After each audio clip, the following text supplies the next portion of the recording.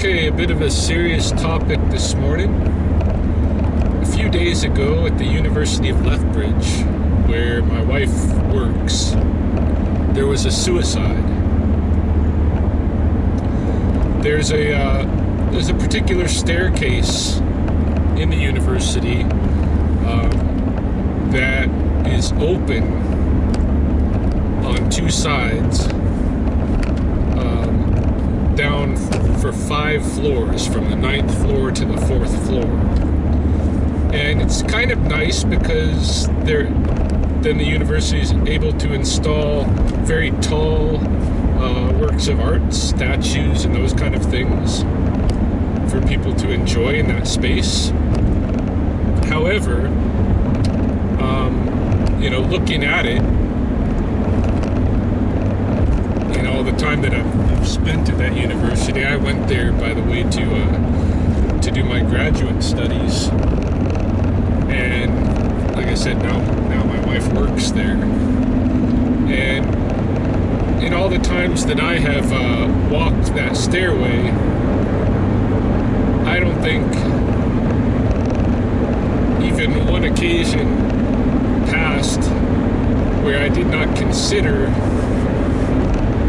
the dangers that staircase invited, in the sense that, if somebody got in a fight, they could easily throw somebody down 5 floors. Not that I never knew there to be any fights at the University of Lethbridge. And then the potential for suicide. I mean, it's very clear that if you threw yourself off of that stairway, you would get very hurt, if not dead. And I could see far more realistic than the fight scene would be some young guy, 18, 19, trying to do dangerous stunts involving that stairway, and having an accident happen. Now, I'm not saying that we should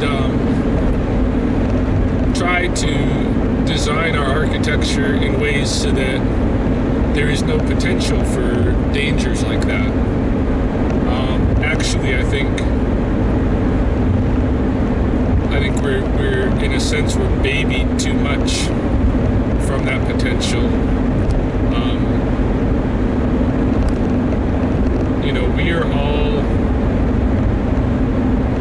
sentient beings, and we can make decisions for ourselves, whether they are intelligent or not, and face the consequences. I don't think we need to have people looking out for us and making sure that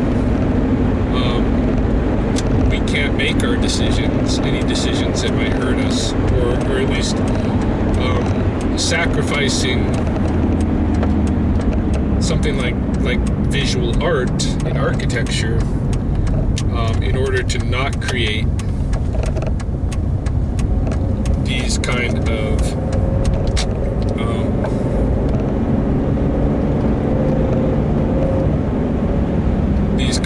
potentially dangerous facilities. Anyway, kind of got on a tangent there, but a few days ago, one of the students threw themselves off of this staircase. As a student that was staying in the dorms there, the same building, and decided to commit suicide in this, fairly gruesome fashion, throwing himself off the 9th floor to crash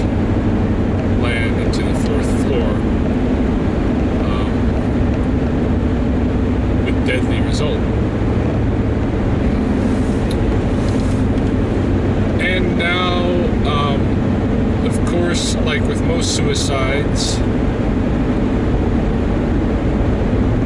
everybody's confused.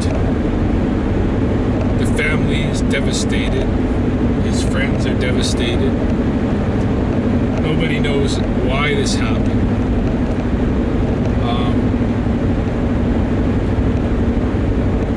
And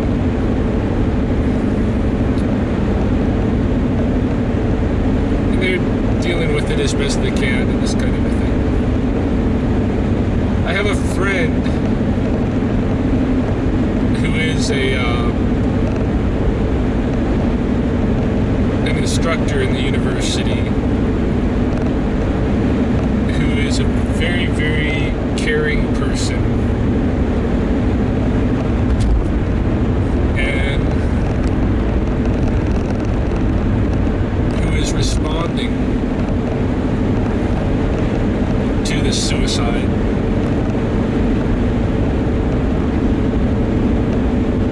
And something that she said on Facebook, where she and I had kind of a little bit of back and forth about it,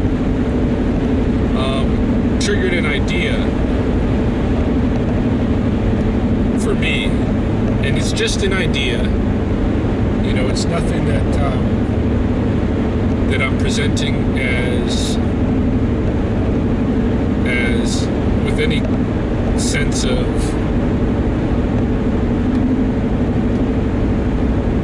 it being definitely the case. But all right,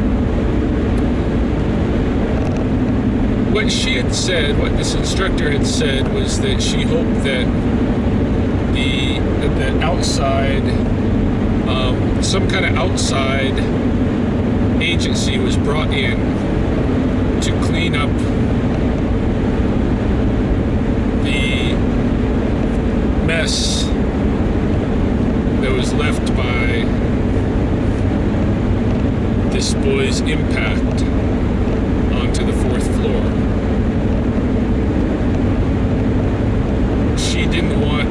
She hoped that did not fall onto the University of Lethbridge, the regular cleanup crew, because they might have known the boy and that kind of a thing.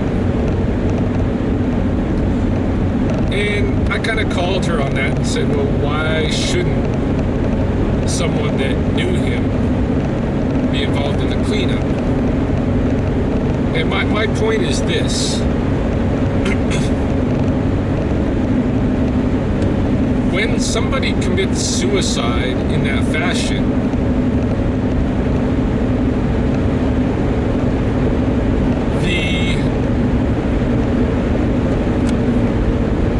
the visual impact was meant to be a part of his statement. You know, I think. I mean, a guy could easily and quietly in his dorm room ingest some poisons or something that's going to kill him. Why throw yourself down 5 stories in a very public place, if not for the purpose of having that scene be found and having the visual there? You know, I think about, like, a lot of times here, the suicide complex here where I live, a lot of times it's hanging, where both men and women, if they want to kill themselves, will hang themselves in a place where a family member will find them hanging. And I think that the gruesomeness is part of the expression, in a sense. That they're creating a scene that they want to be found, that they want to be observed, hopefully by people who knew them. And like so many aspects of how death is treated in the mainstream culture,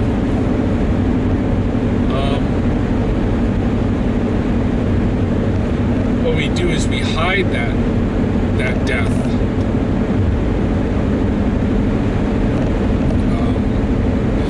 So, it's not surprising that my friend said, I hope they brought in somebody from the outside to deal with this. Just in the same way that if I was to die on the road here today, on my drive, my body would be whisked away and given to complete strangers who would perform bizarre rituals of taking things out and putting things in and making my corpse presentable and preservable. And it's a very strange complex. There's a tremendous fear of death in the mainstream culture, and like a denial of it, like a denial of the life system, in a sense, where the energy that is the body, the solar energy, is not allowed to go back into the system. We have two choices. We are allowed to be entombed and have our bodies preserved in the tomb, in a crypt, in burial, or we can have the body cremated and have all of that energy destroyed and do what we want with the ashes that don't have any potential to feed the other creatures in this life system. It's very strange, this denial of giving our energy to the others to support life. And I haven't figured out why. I don't even have any good theories about why this is how death is viewed in this culture. But what is very clear is that death is hidden, in a sense. I mean, yes, the family of the deceased, or the close associates of the deceased even, will have a viewing ceremony in many cases where they can see the corpse. But only after it is made presentable. I mean, they're not allowed to see the corpse with the tongue dangling out and the eyes open in the death stare and that kind of thing. They're not allowed to see the reality of the death unless they just happen upon it. And in the case of suicides,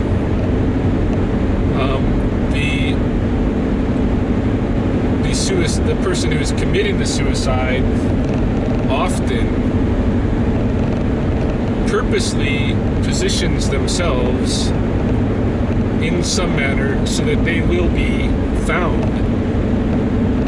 by not one of these outside experts of death, but by somebody who they are creating that expression for. Probably a family member, a loved one, somebody who knew them somehow. I mean, this guy at the University of Lethbridge, through threw himself off the 9th floor in the middle of the building. I mean, in the stairway that really is like the gateway of all the activity in the main complex of the university.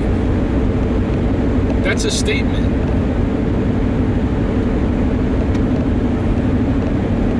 People who are committing suicide want attention on their death, and we deny them that. I mean, really, if we wanted to do this guy, this guy who killed himself, if people really respected him, I think they would let his body stay there where he threw himself off. Just leave him there for at least a day. Allow the people that normally go up and down that stairway to confront that, because that's what he intended. By stealing his body away and cleaning up the scene and making it so that it looks right away to everybody like it never happened there, in a sense, you're stealing his last ditch effort to have a voice. His last attempt to express himself, where, you know, he made a complete sacrifice to do so, and we're stealing his voice. And we do this with suicide victims all over the, I shouldn't call them victims. Suicide creators, artisans, I don't know, those who decide to sacrifice their lives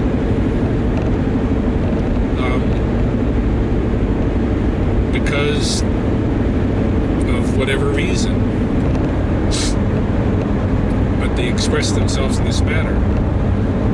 And okay, so thinking about all of this stuff, what came to mind for me, the big aha moment, the big gestalt idea for me, which again, I'm not saying is, I'm just proposing as a possibility. What if, as a result of this cultural complex where we try to hide the death, and people who are going to commit suicide recognize, because they're part of this culture, of course, that their sacrifice is probably going to be for naught, because somebody who's a stranger is more likely going to find them, or even if a family member finds them, they're going to be whisked away. The full effect, the full visual effect of their death is not going to be witnessed and experienced in a manner that is fulfilling of their wishes. And recognizing this, what if then they think, well, how can I make sure that there is an impact? One of the ways to do that is to not only kill yourself publicly, but take others out with you. What if this is part of what is behind the public shootings? You know, where somebody who's obviously suicidal walks into a public place and decides to kill a bunch of people, as many as he can, before he has to kill himself or be killed by the cops. What if the reason they're doing this is because we are not allowing their suicide to be shown in the manner that they want it to be shown? And so they're going to force it on us by killing others as well. If we won't just look at what they're doing, look at their statement. If we're not willing to do that, then they're going to take it up a notch and kill some other people so that the impact is greater. I mean, what if that's the case? Because I see it as a possibility. I mean, these mass shootings occur in certain countries, and these are the countries, especially America, these are the countries where death is the least intimate, where the strange ritual process of having people who are not connected to that individual who died, they are the ritual specialists who deal with the body, and the people who knew him do not deal with it in any kind of intimate way. And so in these countries where this is the funerary complex, this is where also you see the most like suicide by public massacre. And I'm just proposing this might be part of the reason, when we're asking why it is that in America so many people, so often this is what happens. Is it because of the availability of guns? No, because there's a good availability of guns in a lot of different countries. So it's probably not just the availability of the weapons to carry this out, but there's something else culturally that's going on that makes this be a normal part of the suicide complex. And what is it? I am proposing that what it is that we are hiding the death in this culture, and as a result, people who are going to commit suicide, who want the death to be seen, that is part of the whole, why you would commit suicide in the first place is to show this to the others.